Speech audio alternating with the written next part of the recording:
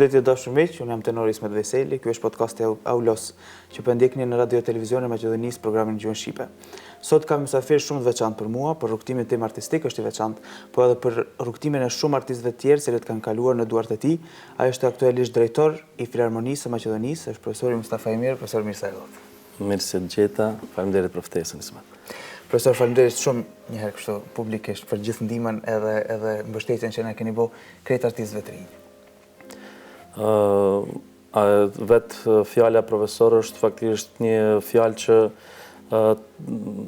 tregon atë që ti edukon dikend për të bërë një farë njeri i suksesshëm në të ardhmen. Unë muaj profesion më ka, si të them, më ka bërë që jo personalisht, po të jap atë që kam mundur ose atë që e di, edhe besoj se nuk kam bërë asgjë, po vetë atë që duhesh të ta bëj, që kam pas përgjegjësi. Kanë kaluar shumë gjenerata, keni qenë edhe kujdesari i shumë nxënësve. Çfarë ndjenjë është kur i shihni tash që kanë nisë me dalë në skenë? Ajo është ndjenjë e veçantë, nuk mund të përshkruhet. Besoj se edhe ti tash, kur do të mbrish më vonë, do të shohësh se është një kënaqësi e veçantë. Jo vetëm atë shef se ti, me që unë jam ende i ri, plakesh, po ke lënë diçka mbrapa shpine, dikush që do të udhëheq apo do të punon, brez i ri, i cili faktikisht shef se ata janë bërë njerëz të vetë, të suksesshëm, edhe vazhdojnë punën tënde. Profesor, para se të flasim për këtë momentin historik që jeni shqiptari i parë në krye të Filharmonisë Maqedonisë, po i kthehemi pak fillimit, pse zgjodhët solo këndimin edhe pse studiuat këndimin? Sepse e di që keni qef edhe futbollin. Po, patjetër. Mendoj, unë fillova duke kënduar në këtë televizion, duke kënduar këngë për fëmijë, për klubin e fëmijëve të lumtur në atë kohë, që ishte një emision edukativ për gjithë fëmijët, menzi pritshim të dalim, apo të këndojmë një këngë, apo bëjmë diçka, ndonjë aktivitet. Edhe pse tash nuk ekzistojnë më ato emisione. Fillova prej aty Axha Adem Emeri, i cili faktikisht i kompozonte këngët për fëmijë në atë kohë. Ai ishte piknisja faktikisht për të hyrë në ujërat e muzikës, dhe po ashtu edhe familja ime, edhe mami edhe babi mami ka kënduar në koret e shkollave, do të thotë këndon bukur, edhe babi, edhe ashtu filloi ai rrugtimi imi, dhe kur erdhi një moment, sa do të për shkollën e mesme, do të shkojmë për shkak se unë luaj edhe futboll në atë kohë, edhe pse edhe futbollin e kam kam dëshirë shumë. Vendosa që muzikën ta kem profesion, ndërsa futbollin ta kem hobi. Për shkak se edhe realisht në atë kohë edhe futbolli ishte shumë i vështirë për të arritur diçka, edhe pse kam qenë mjaft i talentuar, edhe më njohin njerëzit edhe prej futbollit shumë, po mendonja se muzika prap do të ishte një profesion shumë i mirë për këtu ku gravitonja dhe ku jetonja. Profesor, a është jeta tash më e lehtë për ata që studiojnë muzikën se për juve që keni studiuar në atë kohë? Sigurisht është më e lehtë, për shkak se unë shpesh kam thënë, ne jemi gjenerata e parë eksperimentale, me qëllime të cekë eksperimentale, për shkak se vetëm individ kanë mundur të mësojnë në shkollat e mesme në atë kohë, tentohesh të hapen klasa, të formohen klasa në gjuhën shqipe, nuk u bë. Edhe ne faktikisht unë vitin e parë kam mësuar në Tetov, në klasën e parë atje, isha pa shkollë tullë të muzikës, po mandej vitin e dytë u transferova në Shkup, edhe ashtu vazhdoi rrugtimi im këtu në Shkup, në Akademinë e Muzikës, në solo këndim. Vitin e parë isha teorik, pastaj vitin e dytë kur e pana ata se po këndoj bukur, më transferova në instrumental solo këndim, dhe prej aty faktikisht jeta ime mori kahje në lidhje me profesionin edhe kulturën. Pastaj ishit edhe në udhëheqësi paraleles në gjuhën shqipe. Çfarë eksperiencë ka qenë ajo? Po shifni, çdo moment ka pas përgjithësinë e vet. Unë edhe pse i ri, po me shumë zell dhe entuziazëm për shkak se unë mësonja në atë shkollë, i njih një gjithë, dhe jo rastisht edhe u vendova shef i katedrës në atë kohë, për shkak se respekti im me profesorët edhe Maqedon që ishin aty ishte shumë në nivel të duhur, edhe po them ishte përgjithësi, duheshte të sistemohen faktikisht fëmijët në ndërtesë, të mësojnë në gjithë shkollën, me që unë arrita ta bëja atë brenda vitit dytë, fëmijët tanë shqiptar kishin të njëjtat të drejta brenda, sikur edhe pala Maqedone. Edhe ashtu edhe sot vazhdon e njëjta. Edhe pse 15 vite kam qenë shef, nuk ka qenë lehtë, po me argumentim edhe me këmbgulje arrita që gjithat sistem të vendojnë në ashtu si duhet. Edhe mandej, edhe shumë nxënës edhe vazhduan muzikën, disa edhe nuk vazhduan. Se shihni të ardhmen e një artisti të ri në vendin tonë. A mendojnë që është pak më e vështirë sot? Shif e vështirë është çdo herë. Te ne gjithçka është e vështirë në fakt. Po këtu ka të bëj sistemi shtetëror, nuk ka të bëj individi. Ma merr mendja për shkak se kjo shkollë ku jemi ne faktikisht është shkollë profesionale. Jo gjithkush bëhet muzikant. Domethënë, ata që vinë, që duan të vazhdojnë me shkollë të muzikës apo të merren me muzikë, ata e vazhdojnë rrugtimin e vet. Edhe ti prej Kumanove erdhe për shembull në Shkup, edhe vazhdove, diplomove, tash je duke bë master, do thotë shumë është e rëndësishme që fëmiu që vjen ta ketë dëshirë edhe ta don këtë profesion. Nëse e don, nuk ka kusht të ndryshon mendja. Po në fakt, ato fëmijë që nuk kanë vazhdu, nuk është vetëm të shqiptarët, por ka të pala Maqedone edhe më tepër, që nuk vazhdojnë, thjesht se humbin hapin brenda viteve gjatë mësimit. Edhe ma merr mendja se për atë shkak ne nuk duhet të bëjmë shumë buj në aspektin nacional, se kemi pak nxënës apo nuk po vinë shumë. Apo nuk po e vazhdojnë. Apo nuk po e vazhdojnë për shkak se realisht edhe ato 3-4 në vit, në qoftë se mbarojnë, edhe vazhdojnë në akademi, edhe diplomojnë 3-4 në vit, neve kemi mëset mjaftueshëm për vendin ku gravitojnë. Për shkak se edhe Tetova ka shkollën e mesme të muzikës, janë hapur shkollat e ulët, edhe në Kumanov, edhe në Strug, edhe ma merr mendja se aq është realisht numri i cili duhet shkoj. Dhash Zotit kemi edhe më tepër, po problemi është se ku do të punësojnë ato fëmijë mbasi ose ato njerëz mbasi që të diplomojnë apo. Për atë shkak unë mendoj se ne jemi në vijën e duhur, edhe Jaku jeti, ka edhe shumë nxënës tjerë që kanë vazhduar edhe tash janë kanë qenë edhe kolegtë mi në shkollën e muzikës, që kanë filluar prej asaj klase edhe tash janë kolegtë të atyre profesorëve.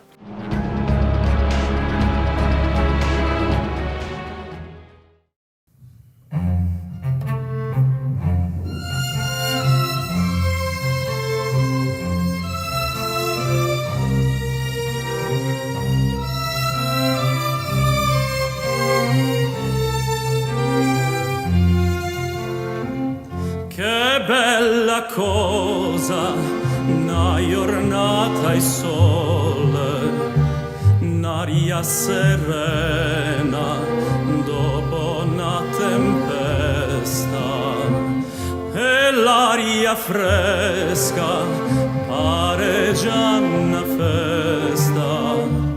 Che bella cosa, una giornata e sole.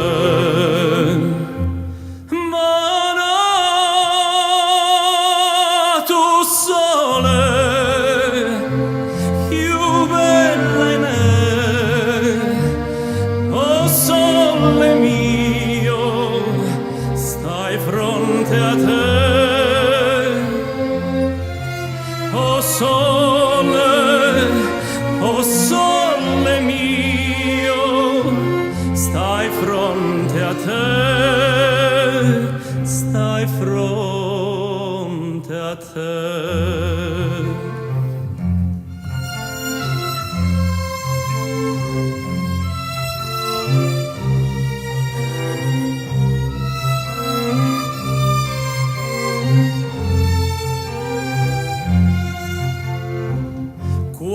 Quando fa notte, o sole se ne scende, me viene quasi una malinconia.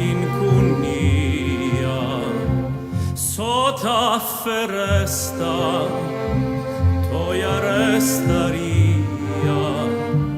Quando fa notte, o sole se ne scende.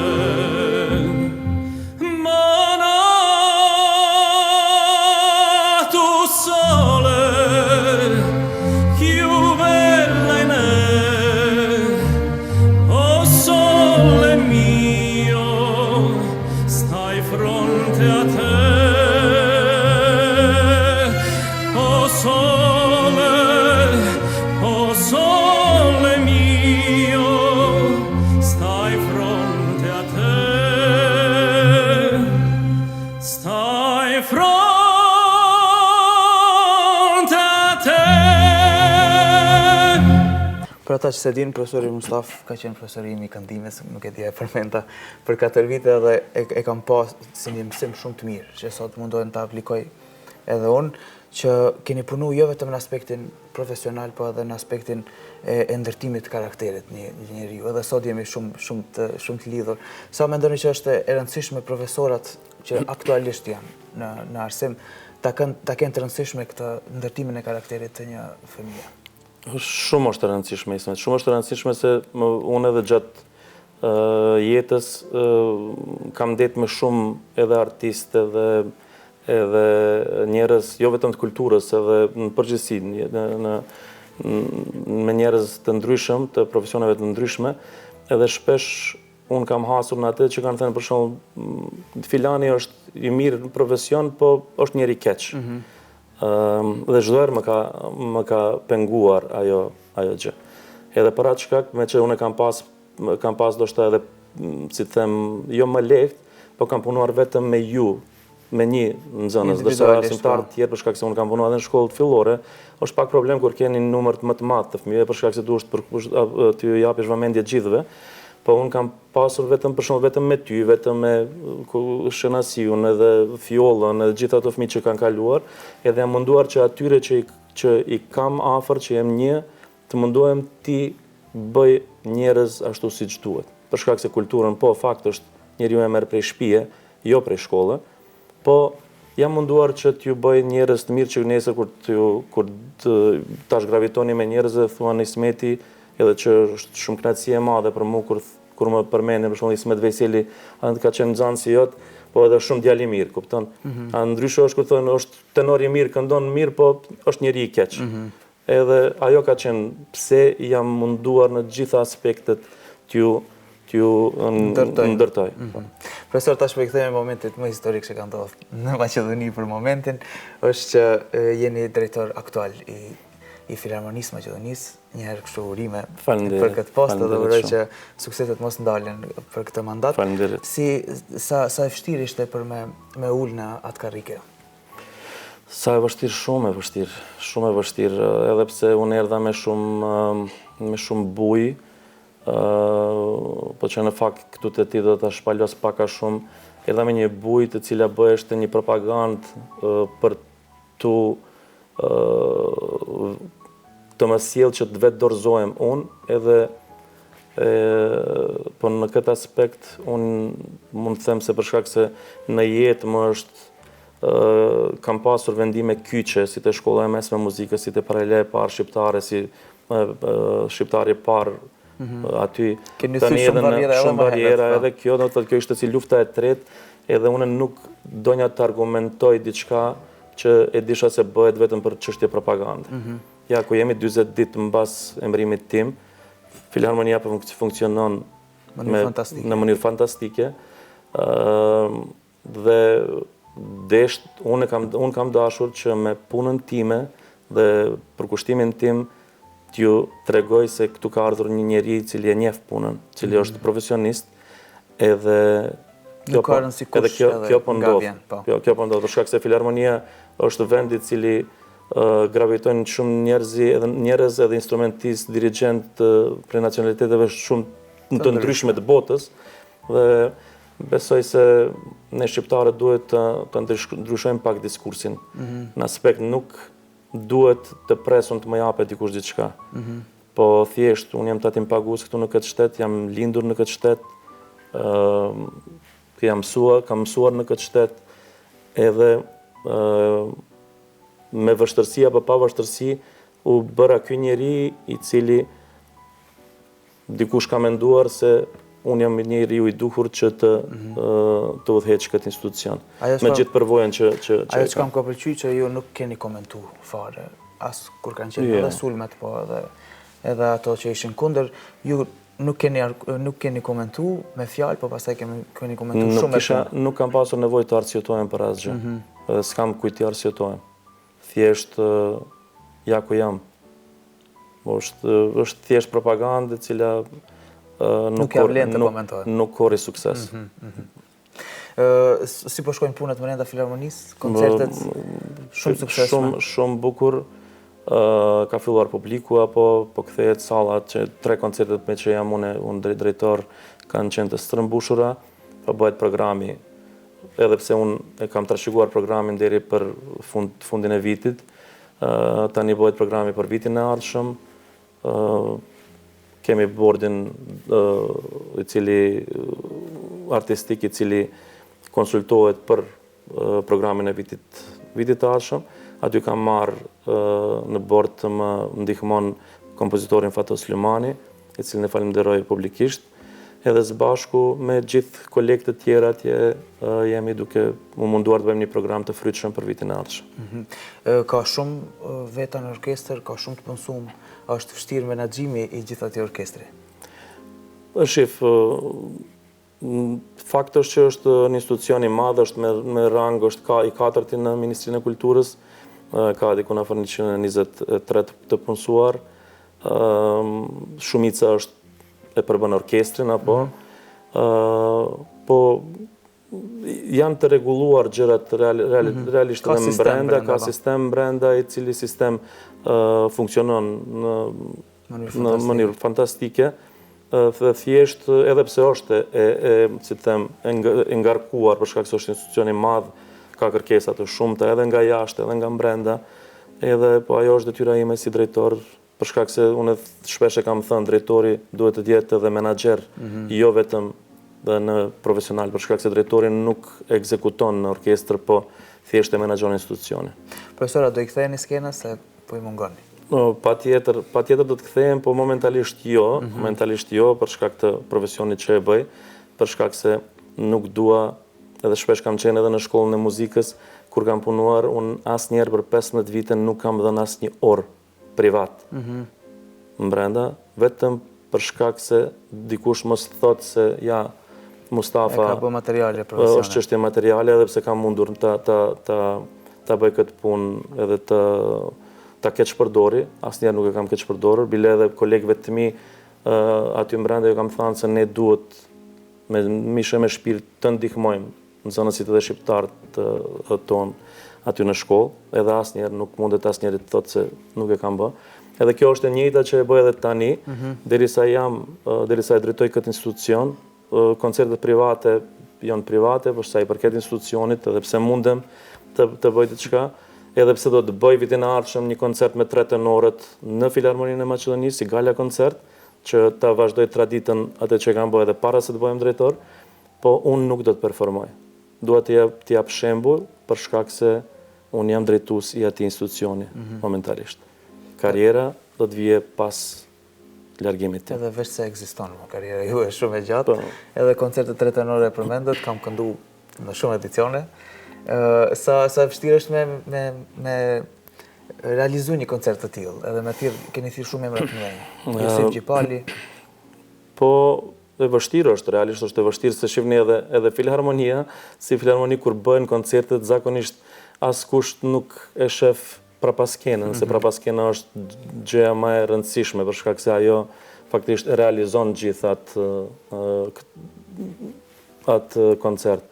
Duhet shumë parametra brenda të punohen që për 1 orë ato instrumentistë dalin edhe të performojnë edhe ta bëjnë atë që e bëjnë më së miri.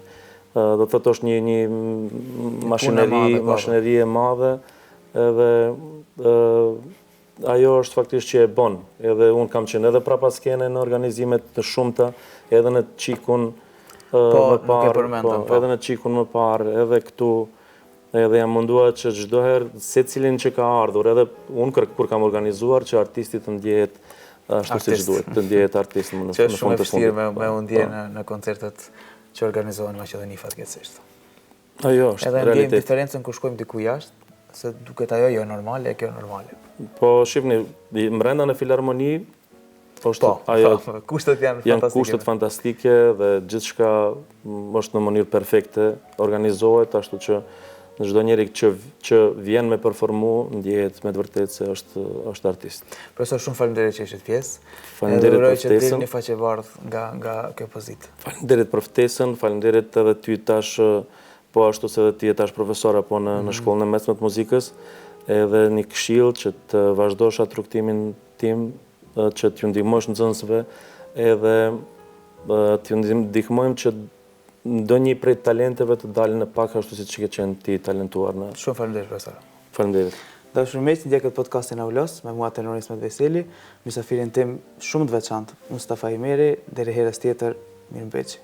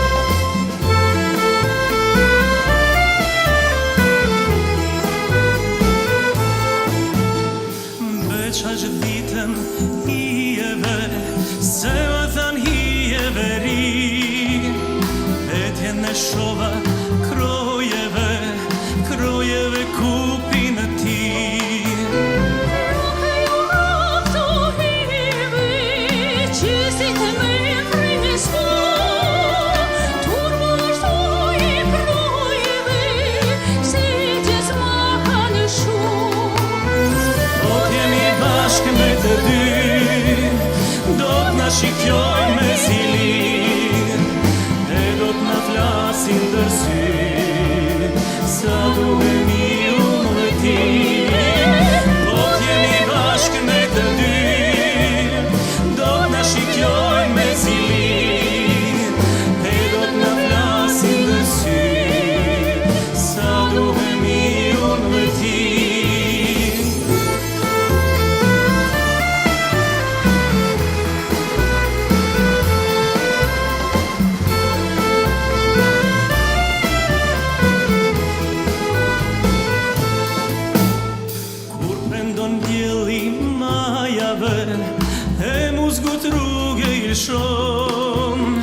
E ngroktë shtrahja e zemrave, kur vajzës nise i kënon.